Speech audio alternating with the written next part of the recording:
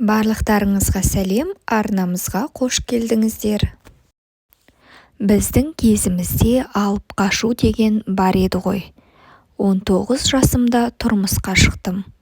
Күйеуіммен құрбымның тойында танысып, бір-екі рет билегенім болмаса сөйлескен емеспін. Көшеден күштеп алып қашты. Ол кезде қайтып келу деген түсінік жоқ еді ғой. Үйдегілер де алып кетеміз демеді. Жылап-жылап көндім. Бір үйдің жалғыз баласы екен. 2 әпкесі тұрмысқа шығып кеткен. Енем үшеуміз 6 жыл бірге өмір сүрдік. Бала көтермедім. Сол себепті талай мәрте таяқ жедім. Әсіресе енем күн бермейтін. Жалғыз ұлын менен қызғанып, не істемеді десеңші. Әйел болғасын бәріне көну керек, келіндік өмірдің осындай қиындықтары болады деген шешемнің сөзін жақсылап жаттап алғам. Не істесе де, не айтса да көніп жүре бердім. Бірақ бір күні күйеуім, жинал, мен басқа қатынға үйленем, сені үйіңе апарып тастаймын деді. Ақыры шешкен екенсің ғой, дұрыс бопты, туатын қатын ал деп енем қуанып кетті. Бірінші күйеуім мені үйдің жанынан алып қашқан еді. Дәл сол жерге әкеп түсіріп кетті. Қолымда 2 сөмке киім-кешегіммен төркінге сүмірейіп кіріп бардым. Қайтып келген қызды кім жақтырады дейсің? Әкем елге қара бет еттің деп айқайлады. Ішкілікке үйір ағам бар еді. Бір күйеуіңнің көңілін таба алмасаң, несіне адам боп жүрсің деп аузына келгенін айтты. Тек мамам ғана жағдайымды түсініп бауырына басты. Төркінге қадірсіз біреу болдым. Аға жеңгемнің қабағына қараймын. Балаларына бас-көз боламын. Үйдің шаруасына көмектесемін. Сонда да жеңгеме жақпаймын. Мынау ыдыс мұнда тұрмайды ғой деп, бірден шу шығарып, мені ағаммен шағыстырды. Бір күні мамам отырғызып алып, қызым, сен бізді дұрыс түсін. Қартайған шағымызда осы келіннің қолына қарап қалдық. Ит те болса жағдайымызды жасап отыр. Сондықтан бетіне қарсы келе алмаймын. Сені пәленшенің төркін жағында бір жігітке берейін. Бағың жанып балалы боп кетерсің деп түсіндірді.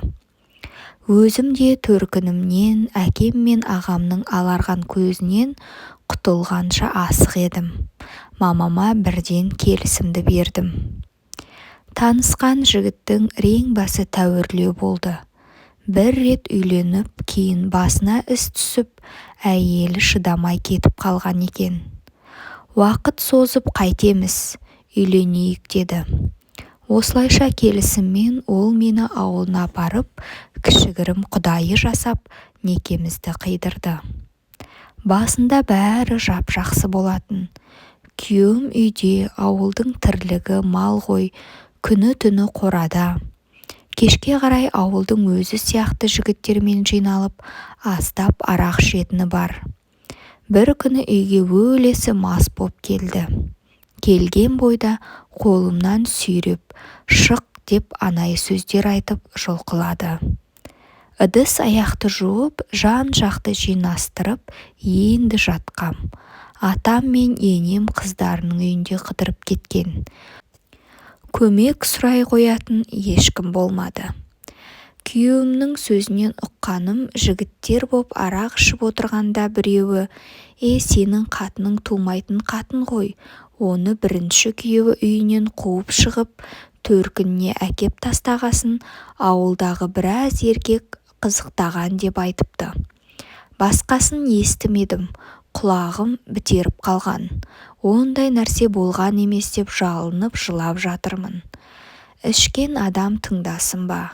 Енді саған ешқандай еркек қарамайды. Быт-шытыңды шығарам деп, далада өсіп тұрған роза гүлдің сабағына бетімді әбден үйкеді. Қан жоса болдым. Бетімнің сау тамтығы қалмады. Бір уақытта талып қалыппын. есімді жисам ауруханада жатыр екем. Полиция келіп не болғаны сұрап еді, тікенектің үстіне құладым деп құтылдым. Бір қыз тудым да екінші мәрте бала көтере алмай қалдым. Енді күйеуім ұл тумайсың деп таяқтайды. Мамам өмірден өтіп кетті. Тірі күнінде сөзімді сөйлеп, шыр-пыры шығатын еді. Ал әкем мен ағамнан қайран жоқ. Мен олардың асырап алған қызы сияқтымын. Жандар ашымайды. Кейде мамамның орнына әкем өлгенде ғой деп ойлап қаламын. Жалғыз сүйенішім сол еді. Сорың 5 ел екен, қайтейін деп жылай-жылай өтті өмірден.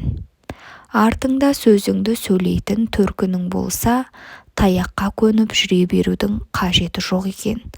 Ал менің ешкімім жоқ, қашып кететін үйім де жоқ. Амалсыз түрмеден шыққан тиранның таяғына көніп жүрмін.